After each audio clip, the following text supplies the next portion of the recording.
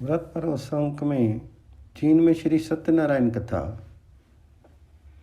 जुलाई सन 1990 ईस्वी में चीनी यात्रा के दौरान गुरु पूर्णिमा अति महत्वपूर्ण पर्व पड़ने वाला था।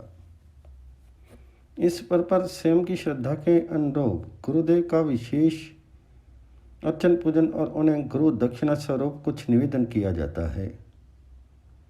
इस पर्व की संभावना इस देश में नहीं लग रही थी।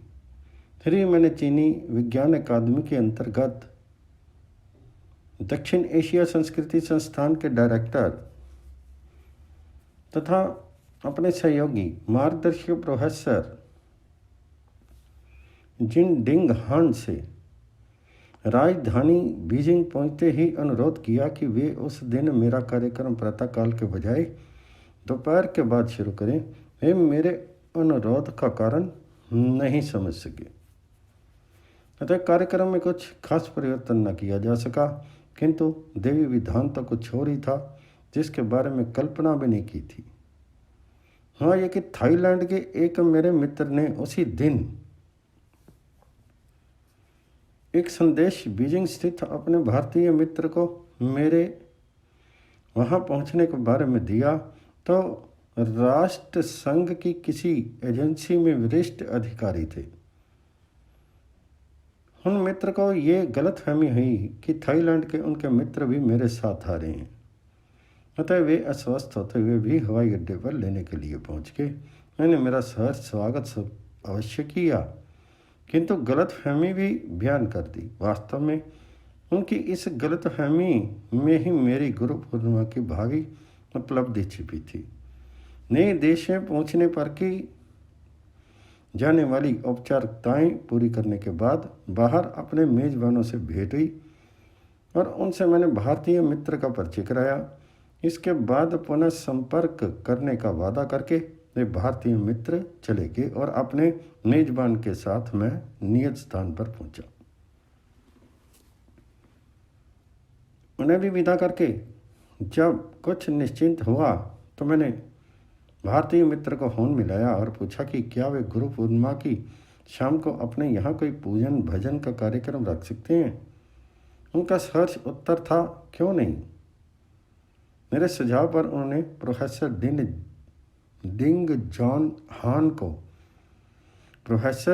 डिंग हान को भी निमंत्रित कर लिया, जिनसे उनकी हवाई अड्डे पर भेंट हो चुकी थी।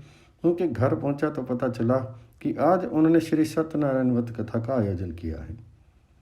साथ ही कुछ अन्य भारतीय मित्रों को भी बुलाया है जो भारतीय दूतावास से संबंधित थे। श्री सत्यनारायण व्रत कथा पूर्ण होने के बाद श्री रामचरितमानस तर प्रोफेसर जिन डिंग हान का प्रवचन हुआ, जिन्हें चीनी भाषा में इसका अनुवाद किया, पद्य अनुवाद किया है। मैंने भी गुरु पूर्णिमा को कुछ प्रेरक कथाएं सुनाई। इस प्रकार देव कृपा से एक साम्यवादी देश में भी गुरु पूर्णिमा मना ली गई और श्री सत्यनारायण व्रत कथा भी सुन ली।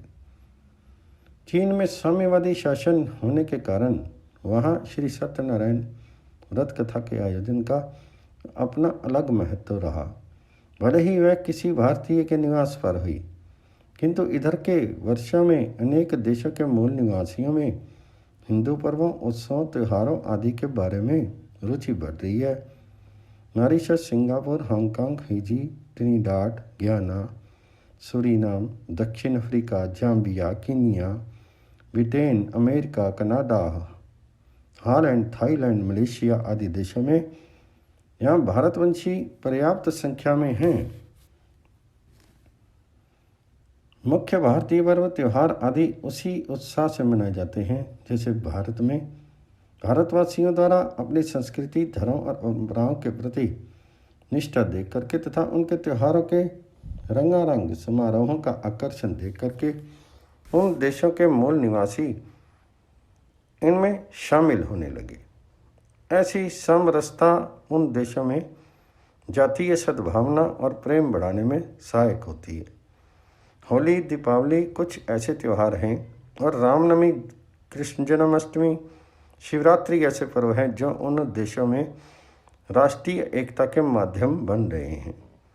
बल्कि इससे भी अधिक मैंने कुछ देशों के प्रसिद्ध हिंदू मंदिरों में गैर हिंदू स्त्री पुरुषों को बड़ी संख्या में भाग लेते हुए देखा। इनमें अनेक तो मंदिरों में नियमित आते हैं और वहां बैठ कर के ध्यान पूजन साधना करते हैं। साथ ही कभी कभी अपने घरों में पूजन भजन कराने के लिए मंदिर के पुजारियों को ले जाते हैं। इनमें अनेक श्रद्धावान भक्त बन जाते हैं और उनका जीवन बदल जाता है। वे सुरापान मांसाहार आदि सता छोड़ देते हैं। यह प्रवृत्ति सभी प्रकार से स्वागत योग्य है। इनके मूल में भारतीय रथ पर उत्सव की अध्यात्म प्रक्ता तथा विष्णु बंधुत्व की सूक्ष्म भावना का उत्सन्निहित है। रथ पर उत्सव में मसीही ईसाई धर्म के पर्व उत्सव। हिंदू और मुस्लिम भाइयों की तरह मसीही भी अपने पर्वों के बड़े ही उल्लास से मनाते हैं। ये लोग प्रत्येक रविवार को गिरजाघर में सामूहिक आराधना करते हैं, जिसमें बाइबल का पाठ भजन तथा प्रार्थनाएं की जाती हैं और धर्म आचार्यों द्वारा बाइबल की शिक्षा पर प्रवचन होता है। तदंतर आशीर्वचनों से आराधना समाप्त होती है। पर्वों में विशेष रूप से बड़ा दिन खजूर का इतवार, शुभ शुक्रवार और ईस्टर को प्रोटेस्टेंट और कैथोलिक दोनों लोग बड़े हर्षोल्लास के साथ मनाते हैं। यहाँ संक्षेप में इनका परिचय दिया जा रहा है। पहला है ख्रिस्त जयंती या बड़ा दिन। यह पर्व 25 दिसंबर से 31 दिसंबर तक मनाया जाता है, जो 24 दिसंबर की मध्य रात्रि से ही आरंभ हो जाता है। 24 दिसंबर की रात्रि से ही नवयुवकों की टोली, जिन्हें केरल्स कहा जाता है, यीशु मसीह के जन्म से संबंधित गीतों को प्रत्येक मसीही के घर जा कर के गाते हैं। 25 दिसंबर को सुबह गिरजाघरों में विशेष आराधना होती है, जिसे क्रिसमस सर्विस कहा जाता है। इस आराधना में धर्म आचार्य यीशु के जीवन से संबंधित प्रवचन करते हैं। आराधना के पश्चात मसीही बंधु एक दूसरे का अभिवादन करते हुए बड़ा दिन मुबारक कहते हैं, एक दूसरे को भेंट देते हैं और घर आने वाले का सत्कार करते हैं। क्रिसमस से एक सप्ताह पहले मसीही बंधु अपने रिश्तेदारों एवं मिलने वाले लोगों को जो अन्यत्र रहते हैं क्रिसमस ग्रीटिंग कार्ड भेजते हैं। ये पर्व यीशु के जन्म का स्मरण कराता है। वास्तव में ये पर्व मसीहियों का हृदय है। दूसरा है खजूर का इतवार। यह पर्व यीशु के विजय उल्लास के साथ ही यरूशलेम नगर में प्रवेश का पर्व है, जिसका वर्णन मती रचित सुसमाचार, मरकुस रचित सुसमाचार, लूका रचित सुसमाचार और यूहन्ना रचित सुसमाचार में पाया जाता है। इस पर्व को मनाते समय मसीही भाई बहन बच्चे अपने अपने हाथों में खजूर की ढाल रखते हैं, जुलूस निकालते हैं। धर्माचार्य इनकी अगुवाई करते हैं और दाऊद की संतान को होशन्ना पुकारते हैं। जुलूस की समाप्ति पर पुनः आराधनालय अर्थात चर्च में एकत्र होकर के ईश्वर की भक्ति की जाती है। खजूर की ढाल के विषय में यूहन्ना रचित सुसमाचार में लिखा है, ये सुनकर के यीशु यरूशलेम को आता है, खजूर की डालियां ली और उससे भेंट करने को निकले और पुकारने लगे कि होशन्ना, धन्य इस्राएल का राजा जो प्रभु के नाम से आता है। तीसरा है दुख भोग का सप्ताह। शुभ शुक्रवार का पर्व मनाने के एक सप्ताह पहले दुख भोग का सप्ताह मनाया जाता है। इस पेशेंट्स वीक कहा जाता है। सोमवार से लेकर के गुरुवार तक संध्या समय मसीही भाई बहन आराधनालय में एकत्र होते हैं और धर्माचार्य अथवा नेतृत्व स्थान से बुलाए गए मेहमान जो मसीही शिक्षा में दक्ष होते हैं प्रवचन करते हैं और उन दिनों का स्मरण करते हैं जब प्रभु यीशु ने मानव जाति को पाप से बचाने हेतु कितना दुख उठाया था। गुरुवार के दिन प्रभु भोजन की विधि भी मनाई जाती है। प्रभु भोज की विधि मनाने का आधार यीशु द्वारा अपने शिष्यों के साथ अंतिम भोजन पर कहे गए वचन हैं जो पौलुस ने 1 कुरिन्थियों में लिखे हैं, प्रभु यीशु को जिस रात पकड़वाया गया तो प्रभु ने रोटी ली एवं धन्यवाद कहते हुए उसे तोड़ा और कहा, ये मेरी देह है जो तुम्हारे लिए है, मेरे स्मरण के लिए ये किया करो। इस भोजन को पवित्र सहभागिता भी कहते हैं। इस भोज के द्वारा मसीहियों का विश्वास दृढ़ होता है, प्रेम और भक्ति बढ़ती है, प्रभु की आज्ञा पालन करने की प्रेरणा मिलती है और अनंत जीवन की आशा बनती है। शुभ शुक्रवार। चौथा, शुभ शुक्रवार मसीहियों के लिए आनंद मनाने का पर्व नहीं है, बल्कि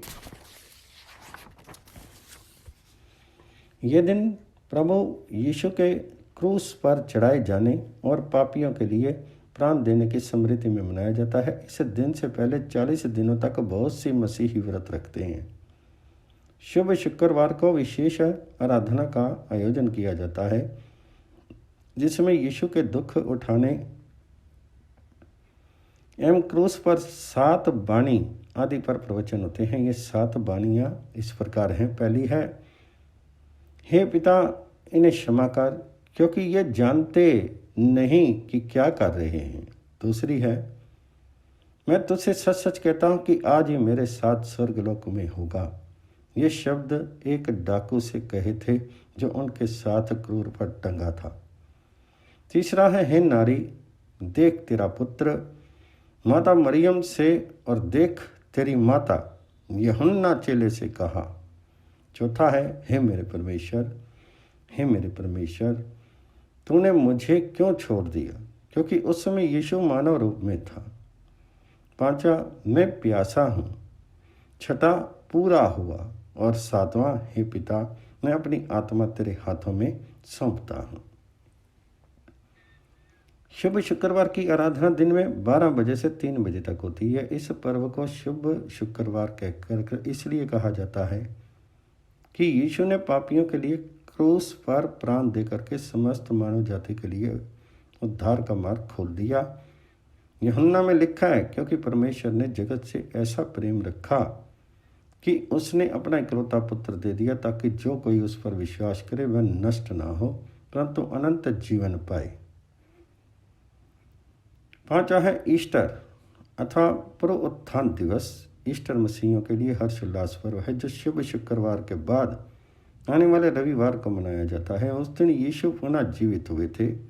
यीशु के क्रूस पर चढ़ाए जाने की घटना जितनी दुखद थी, उसके विपरीत पुनरुत्थान दिवस आनंददायक एवं इतिहास की महत्वपूर्ण घटना थी।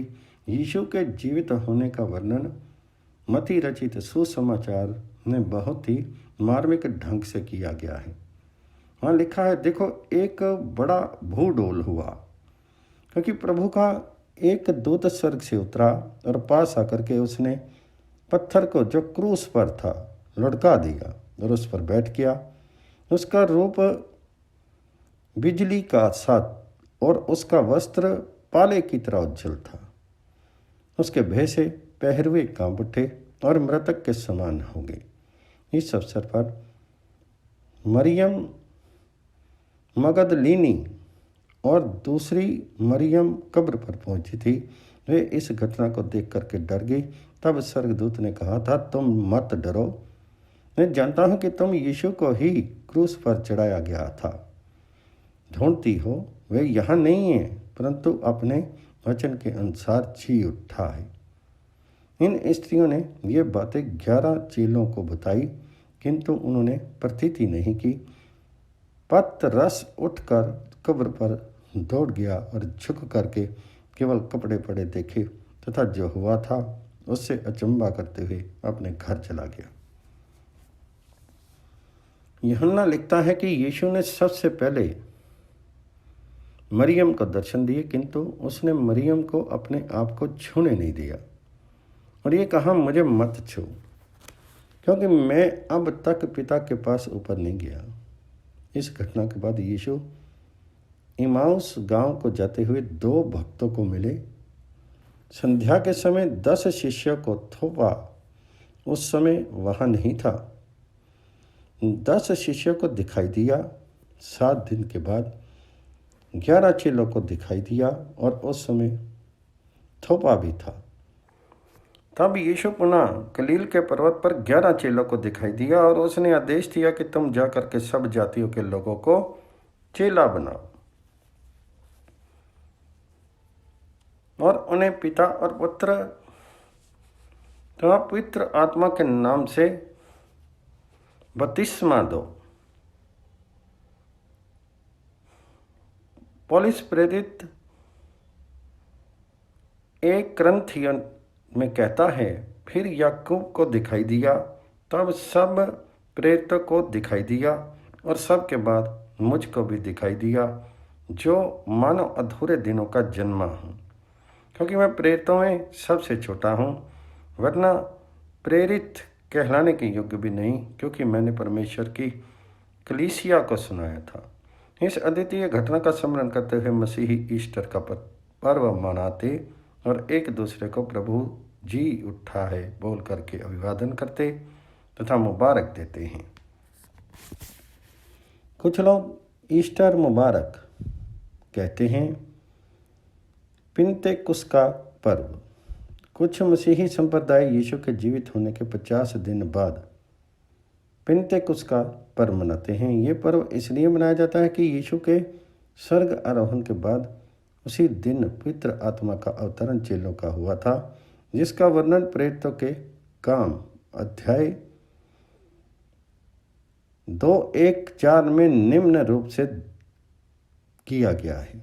जब पिन्तेकुस्त का दिन आया तो वे सब एक जगह इकट्ठे थे और एकाएक आकाश से बड़ी आंधी की सी सनसनाहट का शब्द हुआ और उससे सारा घर जहाँ वे बैठे थे गूंज उठा और उन्हें आग की सी जीभें फटती हुई दिखाई दी और उनमें से हर एक पर आ ठहरी तथा वे सब पवित्र आत्मा से भर गए और जिस प्रकार आत्मा ने उन्हें बोलने की सामर्थ्य दी वे अन्य अन्य भाषा बोलने लगे। प्रत्येक मसीही पवित्र आत्मा का वरदान चाहता है और इसलिए परमेश्वर से प्रार्थना भी करता है। जिसको पवित्र आत्मा का वरदान प्राप्त हो जाता है वे प्रभु यीशु मसीह के नाम से प्रार्थना द्वारा चंगाई का कार्य एवं भविष्यवाणी करने लगते हैं।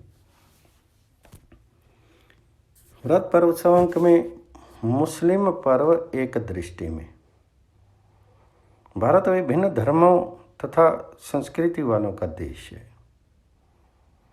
इस देश में हिंदू, मुस्लिम, सिख एवं ईसाई आदि अनेक धर्म संप्रदायों के लोग निवास करते हैं। ये लोग देश की एकता के संरक्षण के प्रति पूरी तरह से सजग रहते हुए अपनी अपनी परंपराओं के अनुसार उत्सव तथा पर्व मनाते हैं। इसमें मुस्लिम संप्रदाय वर्ष भर में अनेक पर्व मनाता है, जिससे उनकी सामाजिक तथा धार्मिक भावनाओं का प्रकटीकरण होता है। मुहर्रम, रमजान, ईद उल फितर, ईद उल जुहा, शब बरात, बारावात आदि ऐसे ही उनके उत्सव हैं, जिनसे उनकी धार्मिक, सामाजिक तथा वैचारिक जीवन शैली साफ साफ परिलक्षित होती है। मुहर्रम मुस्लिम कैलेंडर का पहला महीना है। ये मुसलमानों और उनमें से विशेष रूप से शिया संप्रदाय के लोगों के लिए अपने शौक उद्गार का पर्व है। सऊदी अरब में मक्का में करबला की दुखांत घटना की याद में ये पर्व मनाया जाता है, जिसमें अल्लाह के देवदूत मोहम्मद साहब की पुत्री फातिमा के दूसरे बेटे इमाम हुसैन का निर्दयतापूर्वक कत्ल कर दिया गया था। मुस्लिम समुदाय इस महीने के 10 दिन हजरत इमाम हुसैन की शहादत की यादगार में तथा उनके प्रति शौक प्रकट करने में व्यतीत करता है। यजीद की सेना के विरुद्ध जंग करते हुए इमाम हुसैन के पिता हजरत अली का संपूर्ण परिवार मौत के घाट उतार दिया गया था और मुहर्रम के 10वें दिन इमाम हुसैन भी इसी युद्ध में शहीद हो गए थे। इसी दुखद घटना के शौक में ये पर्व भारतवर्ष ही नहीं अपितु अन्य कई देशों में भी बड़े ही आकर्षक रूप में मनाया जाता है। इस अवसर पर देश के तमाम शहरों तथा कस्बों में विविध रंग रूप वाले ताजिए निकाले जाते हैं। लकड़ी, बांस तथा चांदी से निर्मित और कीमती धातुओं तथा रंग बिरंगे कागजों से सज्जित ये ताजिए हजरत इमाम हुसैन के मकबरे के प्रतीक के रूप में माने जाते हैं। इसी जुलूस में इमाम हुसैन के सैन्य बल के प्रतीक स्वरूप कुछ लोग अनेक विध शास्त्रों के साथ युद्ध की कलाबाजियां प्रदर्शित करते हैं। मुहर्रम के जुलूस में लोग इमाम हुसैन के प्रति अपनी संवेदना दर्शाने के लिए बाजों पर शोक धुन बजाते हैं और शोक गीत मर्शिया गाते हैं। लोग शोकाकुल होकर आंसू बहाते हुए विलाप करते हैं तथा अपनी छाती पीट पीट कर हाय हुसैन के आर्त स्वर से पूरे वातावरण को करुण रस से सिक्त कर देते हैं। मुहर्रम के 10वें दिन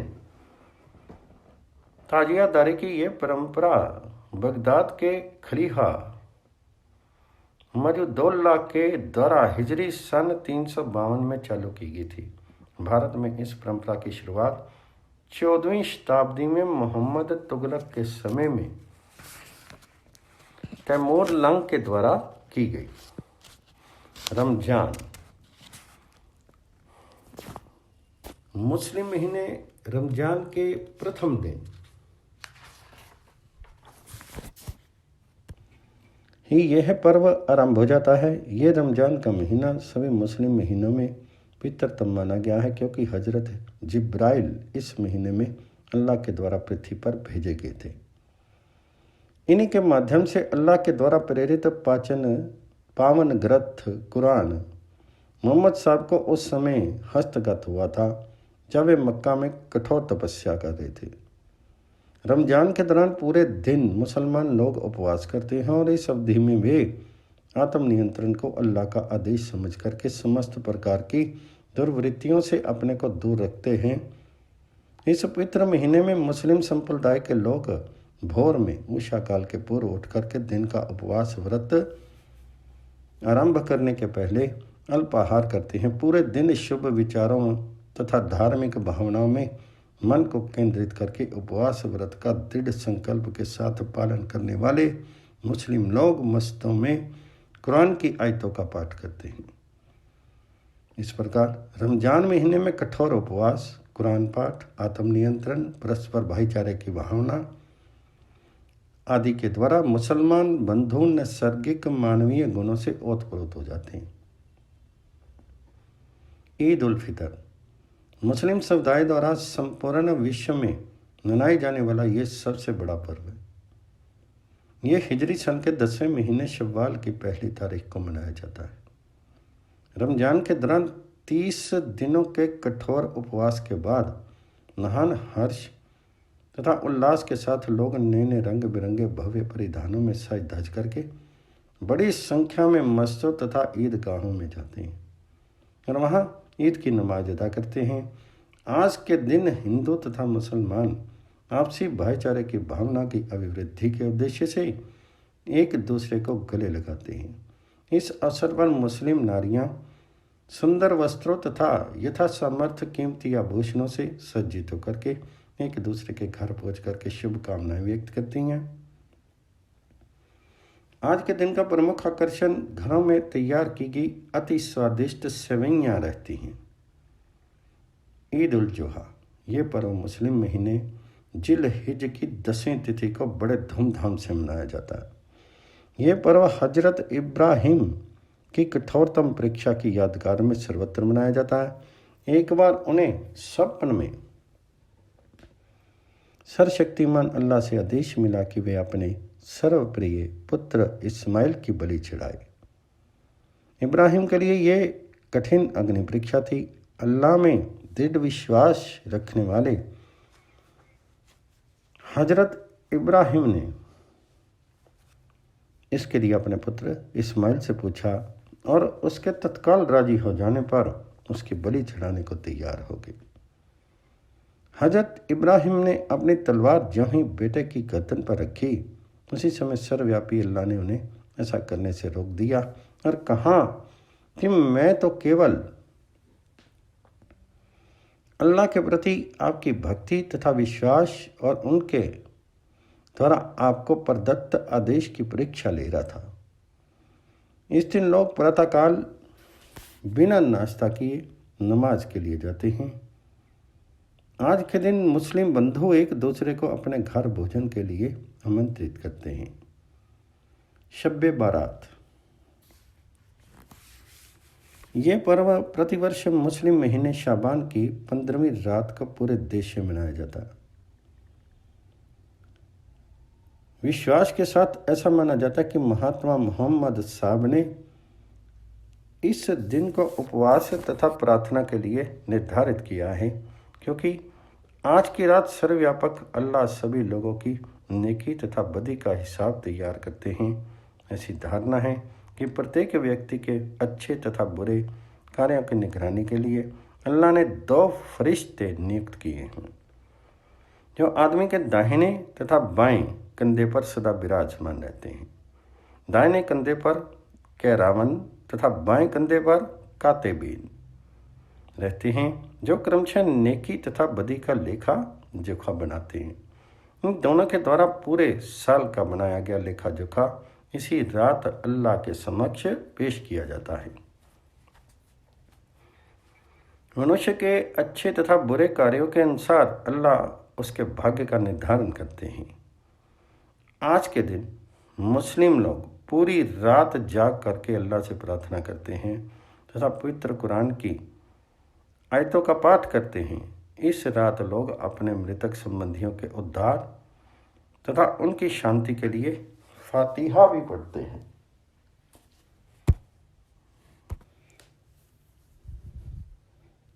बाराफात, ऐसा माना जाता है कि इस पर्व को इराक में खलीफा उमर जिन मोहम्मद ने प्रचारित किया।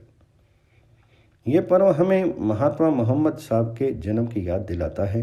लोगों का ये भी विश्वास है कि उनका महाप्रयाण स्वर्गवास भी इसी दिन हुआ था। इस अवसर पर मुस्लिम बंधुओं के घर, उनकी बस्ती के सड़कें तथा गलियां प्रकाश से जगमगा उठती हैं। इस्लाम का संदेश प्रसारित करने की दृष्टि से इस पर्व पर घर घर में मीलाद आयोजित किए जाते हैं। इसी प्रकार कुछ अन्य उत्सव तथा पर्व भी मुस्लिम समुदाय में प्रचलित हैं। इसके सभी पर्व तथा उत्सव रहस्यपूर्ण एवं सच्चाइयों वाले ऐसे रेखाचित्रों के समान, जिनसे उनकी प्राचीन सभ्यताओं, मानवता संबंधी अवधारणाओं तथा ईश्वरीय सत्ता संबंधी विचारों की एक स्पष्ट झांकी परिलक्षित होती है। व्रत पर्वोत्सव में लामाओं के भक्ति पर्व। तिब्बत अपनी प्राकृतिक संपदा तथा लोक रीतियों के लिए विख्यात है। लहासा इसकी राजधानी है। तिब्बत की अपनी समृद्ध परंपरा है। इस देश के लोग अपनी सांस्कृतिक परंपरा जीवित रखने के लिए अपने त्योहारों को पारंपरिक रूप में बड़े ही उल्लास से मनाते हैं। लहोसार, नव वर्ष का त्यौहार। तिब्बती लोगों के त्योहारों की शुरुआत होती है लहोसार यानी नए साल के त्यौहार से, जो 3 दिन तक चलता है। पिछले साल की आखिरी शाम तक घरों की सफाई और सफेदी पूरी कर ली जाती है तथा महिलाएं घर की दहलीज और दीवारों पर भारतीय महिलाओं की तरह सूर्य, स्वास्तिक, फूल, चंद्रमा आदि की तस्वीरें बनाती हैं। रात को सभी लोग पुराने कपड़े उतार करके नए कपड़े पहनते हैं और साल शुरू होने की घोषणा सुनने के लिए मुख्य मंदिरों के दरवाजों पर जमा होते हैं। कपड़े बदलने के पीछे यह मान्यता है कि पुराने कपड़ों के साथ पिछले साल के दुख और आपत्तियां भी दूर हो जाती हैं। मंदिर के दरवाजे घंटे और उद्घोषों के साथ खुलते हैं और पूरा कस्बा मंदिर में पूजा के लिए उमड़ पड़ता है। सभी एक दूसरे को ताशी देली फुस्सम शौक यानी सुख और सौभाग्य की कामनाएं देते हैं। सुबह सूर्य निकलने से पहले सभी मंदिर में लौट करके ठोसो चीमार, चने और जौ से बना प्रसाद लेते हैं। नगरों और गांवों में 3 दिनों तक नाच और खेल के कार्यक्रम होते हैं। घोड़ों के जितने दिल दहलाने वाले करतब लहोसार के दौरान होते हैं, उसकी बराबरी ढूंढना कठिन है। गोली की गति से दौड़ते हुए घोड़े की पीठ से लटक करके स्कार्फ उठाना, पैसे उठाना, और हथियार उठाना इतना जोखिम भरा होता है कि देखने वाले कई बार डर के मारे आंखें बंद कर लेते हैं। मोलनलम का त्यौहार। तिब्बती त्योहारों के लोगों के त्योहारों में सबसे महत्वपूर्ण त्यौहार है मोनलम। महान प्रार्थना का ये त्यौहार 21 दिनों तक चलता है। इसमें भिक्षु, सैनिक, सरकारी अधिकारी एवं सामान्य नागरिक भाग लेते हैं। प्रार्थनाओं और सैनिक प्रदर्शनों के क्रम के बाद पहला प्रमुख समारोह 15वें दिन की रात को होता है, जब लकड़ी के विशालकाय मचान के पास मक्खन से बनी और बौद्ध कला की शान की झलक देने वाली मूर्तियां बनाई जाती हैं। मक्खन के दीपकों में जगमगाती इस प्रदर्शनी को दलाई लामा तथा उनका दरबार देखता है और फिर इसे सार्वजनिक प्रदर्शन के लिए खोल दिया जाता है। सुबह सूर्य निकलने पर सब कुछ पिघल चुका होता है। इसके पीछे यह बौद्ध धारणा है कि जीवन क्षण भंगुर है। प्रार्थना समारोह के आखिरी दिन सैनिक प्रदर्शनों और लामा नृत्यों का आयोजन किया जाता है। इसी दिन भगवान बुद्ध की सुंदर झांकी निकाली जाती है और कुश्तियों, वजन उठाने, दौड़ और घुड़दौड़ की प्रतियोगिताओं के साथ मुख्य समारोह की समाप्ति होती है। साका दावा। साल के चौथे मास को तिब्बती लोगों में एक सौभाग्यशाली और महत्वपूर्ण मास माना जाता है, क्योंकि इसी मास में भगवान बुद्ध ने जन्म लिया, ज्ञान प्राप्त किया और निर्वाण प्राप्त किया था। पूरे मास व्रत चलते हैं। 8, 15 या मास के सभी दिनों में मौन व्रत रखा जाता है। यह विश्वास किया जाता है कि इस मास में किया गया पाप और पुण्य 1000 गुना हो जाता है। इसलिए भिक्षुओं को दान दिया जाता है और भेड़ों को हत्या से बचाने के लिए उन्हें खरीद लिया जाता है। इस मास में एक बार पूरे नगर का चक्कर भी लगाया जाता है। 15वें दिन मास का मुख्य त्यौहार होता है। इस दिन पहाड़ी पर या झील एवं नहर के किनारे अजगर की पूजा की जाती है। संसार की सबसे अधिक पिकनिक प्रेमी तिब्बती जनता इसी दिन से साल भर का अपना पिकनिक कार्यक्रम शुरू करती है। अलग अलग स्थलों पर चलने वाली पिकनिक का मौसम तब तक चलता रहता है जब तक सर्दियां नहीं आ जाती। लोग बर्फ के कारण घरों से निकलना बंद नहीं कर देते। शोतोन नाटकों का महीना। 7वें मास के पहले 12 दिन चलने वाला शोतोन त्योहार नाटकों का त्योहार कहलाता है। सभी नाटक ऐतिहासिक होते हैं। इनमें तिब्बत के महान राजा स्त्रांगमेन गोम्पो की चीनी एवं नेपाली रानियों की प्रशंसा के नृत्य ग्यासाम शुंग और बालसा शुंग मुख्य हैं।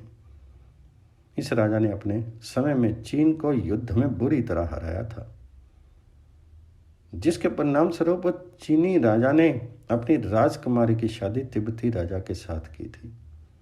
इसके अतिरिक्त दलाई लामा एवं पंचेन लामा परंपरा पर चुंगपो थोंडुप थोनियो शुंग प्रमुख भारतीय गुरु पदम संभव पर पेमा ओम्बा और विख्यात साधी पर आचे नांग सिसुंग आदि के नृत्य एवं नाटक होते हैं। एक पार्टी एक स्थान पर 5-6 प्रदर्शन करने के बाद दूसरे नगरों के लिए चल देती है। लहापप त्योचिन। लहापप त्योचिन एक विशुद्ध धार्मिक त्यौहार है और यह 9वें मास में भगवान बुद्ध की स्मृति में मनाया जाता है। तिब्बतियों की मानना है कि इस दिन भगवान बुद्ध स्वर्ग से सशरीर वापस लौटे थे।